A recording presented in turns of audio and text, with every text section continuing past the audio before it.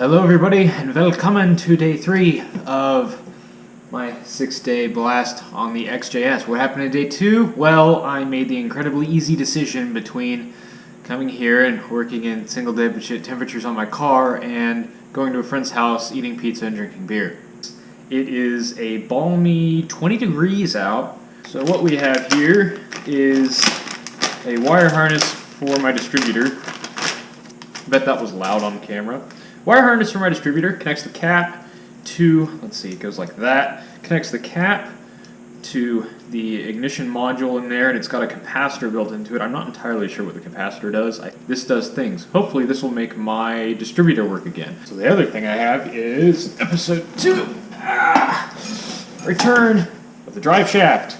They got this thing done in about an hour and a half, which, I mean, I know there's not a lot that had to be done, but I figured they were probably busy, had other things going on, but no, they got it balanced. Looks like this end, they got all re-greased and everything, made sure all of the tolerances were to spec. This end has been all replaced. It actually moves very freely now. So hopefully I can slam this back in the car, and all will be well. I also have a root beer with cherry from Quick Trip. If you're not from the Midwest, Quick Trip is like come and go, which is also a thing. K-U-M and go. I'm not joking. Pulled these glorious little things out of the dumpster by my place. They're in pretty good condition. I don't know if that's real leather. I kind of doubt it. It feels sort of plasticky. Looks like a bird shat on that one. Whoops. But what's neat about these is that I mean, their seats, they're in good shape. They're very, very comfortable.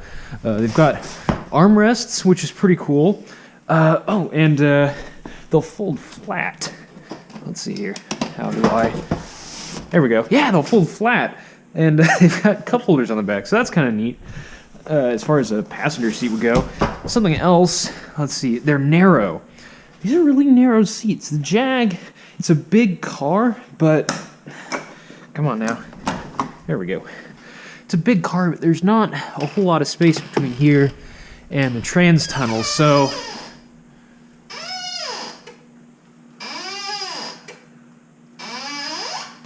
So any seat that goes there has to be pretty narrow, and I looked at getting seats from another Jag, like an XK or a sedan, you know, something of that general nature. But I was told those were way too wide, so hopefully these will fit. And something else that's cool is, looks like the rails... Oh, there we go. There. I was like, what am I looking at here? Looks like this just unbolts right off the rails, this big bracket here. I think this is probably the reason why these were in the dumpsters. It looks like they bent the hell out of these locating pins here, so I doubt they really worked in the car all that well. So hopefully what I can do here is I might need to take off all these side plastics, which look like they're kind of coming off for me. They're removing themselves. I'll have to take off this bracket, take off these side plastics. This one has a cup holder. That'll have to go. And then I need to take out the passenger seat there. I'll do the passenger seat first. That is this one. I'll have to, let's see, replace the receiver, and then I'll need to adapt this to the mounts, though I might just end up welding or bolting in new mounts because the factory mounts in this car are complete garbage. Tiny little sheet metal and what looks like non-original mounting hardware that I don't really trust anyways. Here we have the crushed trash remains of an OEM Jag seat. How crushed? Well, I have to tell you most things you need to know. There's no bottom. There's a chunk of wood. Let's see here. Flashlight. There's a chunk of wood there that sort of acts as a seat bottom, but it also acts to completely wedge the seat in place, so I can't really get it out. Let's see here. What do we have? Can't tell. Sliders covering it. And what's back here? Flathead screw? Really? A flathead screw? Damn it. What's on this side? Wow, that's not even fucking screwed in, is it?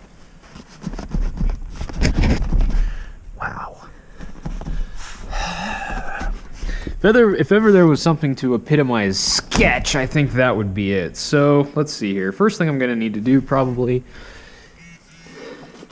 is get this wood out of here because it's preventing this from sliding forwards or backwards. That did absolutely nothing. Cool. What the fuck? Is that where the carpet went? I need gloves. I don't want to hurt myself.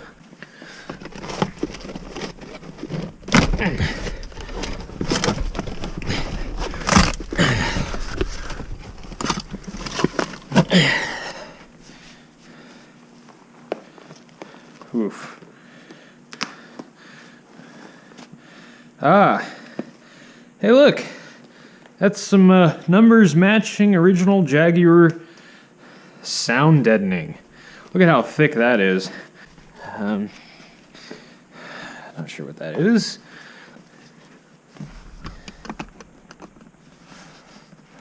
It's spinning.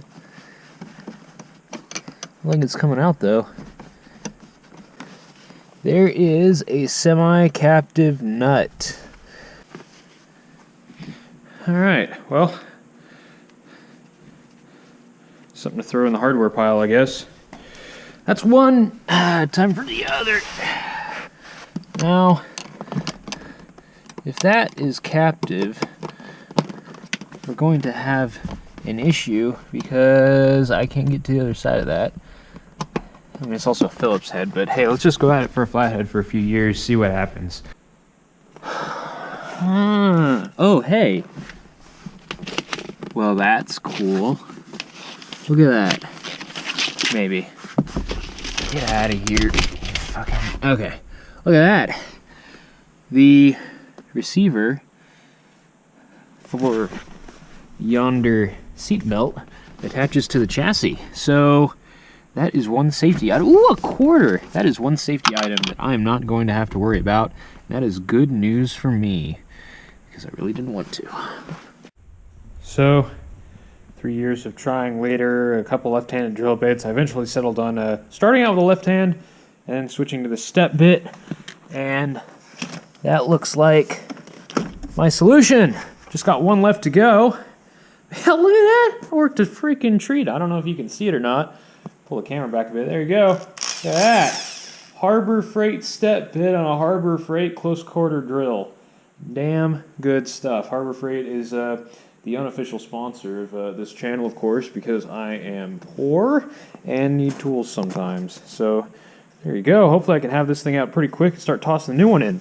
Here's something interesting, though. This is the wiring harness for the Holley EFI that this car apparently used to have. The wiring harness and the control box are in the back, but of course I lack the actual EFI unit itself and all the sensors and stuff that go with it, so whatever, there's that. Alright, there it is. She's out. Hopefully never to bother anyone again. What a disaster. I had to drill those out. This one came out. Let's see what we're dealing with here. Alright. Wow, that's filthy. What the hell's this? Huh. A wire. What we got? A red and green wire. Maybe that's for a fuel pump or something. This is dirty. Okay, so that's just a hole. That is also just a hole, except that it's got the remnants of the screw stuck in there. Same story there, except I think I can get those out. So those are just blind. What's going on over here? That's still got part of the screw in it. Maybe I can get that out with some vice grips. Not sure exactly how I'm going to attach a rail to that. Might be a bit of a trick, but I'll figure it out. So I guess what's next is clean this out and get those holes prepared. These are going to probably I'm probably going to end up drilling those out larger to accept the larger screws. Either way, vacuum, start prepping the seat. Alright, that's quite a bit cleaner. That actually appears to be a threaded hole in there. I'm not quite sure what I'm going to do with that.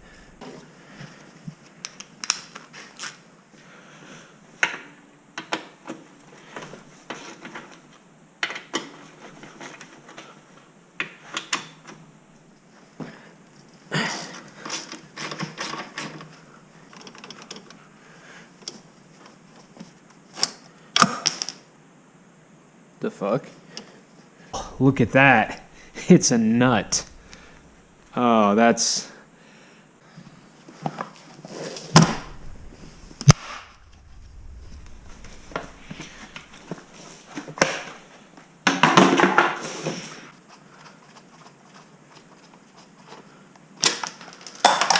cool.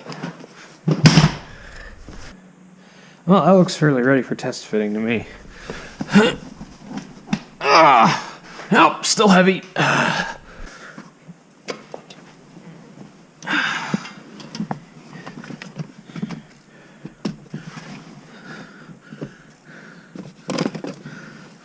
Well, it certainly sits you up a bit higher, but for the most part, it does seem to fit.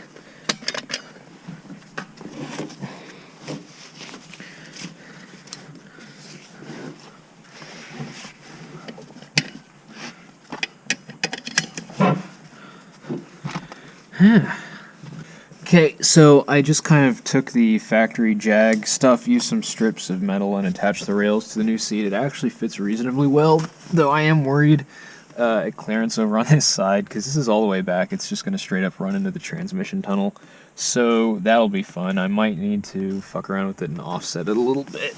So now all I really need to do is find some new hardware to use on these factory semi-captive bolt system they've got going on here, and that should be pretty much good to go. Gonna have to take some foam out of here, out of this ridiculously overstuffed seat, because my 5'5" ass touches the ceiling when I sit in it, which could be an issue for literally anyone human-sized. Well, that was fairly productive. Got the drive shaft back in, all tightened up. Went in a lot easier than I thought. The tail shaft is way up in there by the mount. You can't actually see the tail shaft or you can't see the tail end of the transmission with the drive shaft installed. It's kind of weird. I kind of blindly just stab it in, but it worked. Got it tightened up. All seems to be well. Haven't driven it yet though. More or less got the passenger seat mocked up. Need to take a bunch of foam out of the bottom, because right now when you sit in it, I'm only 5'5" and my head touches the ceiling, so something needs to happen there. And I just basically need to get some hardware to actually attach it to the floor and hope that it'll slide far enough forward to be usable. Otherwise I might have to space it sideways, maybe slot the mounts a little bit.